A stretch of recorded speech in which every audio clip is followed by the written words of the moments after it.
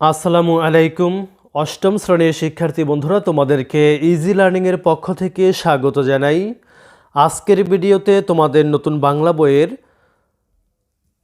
অধ্যায় 4 পরিচ্ছেদ 3 উদ্দেশ্য ও বিধেয় খুঁজি।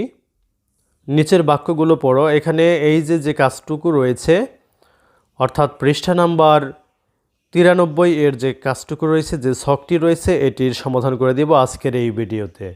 এখানে বলছে নিচের বাক্যগুলো পড়ো, তারপর বলছে যে উপরের বাক্যগুলোতে কাকে উদ্দেশ্য করে বলা হচ্ছে তা বাম কলামে লেখো, আর তার উদ্দেশ্যে কি বলা হচ্ছে তা ডান কলামে লেখো। প্রথমটি করে দেখানো হলো, সিনথিয়া বই পড়ছে। এখানে কাকে উদ্দেশ্য করে বলা হচ্ছে? সিনথিয়াকে উদ্দেশ্য করে বলা হচ্ছে। কি বলা হচ্ছে? বই পড়ছে। তো এভাবে এই বাক্যগুলোকে আমাদের এই দুই কলামে লিখতে হবে ছকে। তো চলো আমরা ছকটি পূরণ করে ফেলি।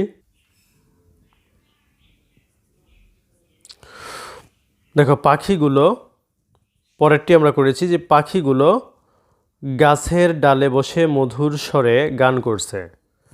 তারপর দেখো, সাদা কালো ডোরাকাটা জামাটা ছিঁড়ে গেছে। আমাদের স্কুলের প্রধান শিক্ষক এদিকেই আসছেন।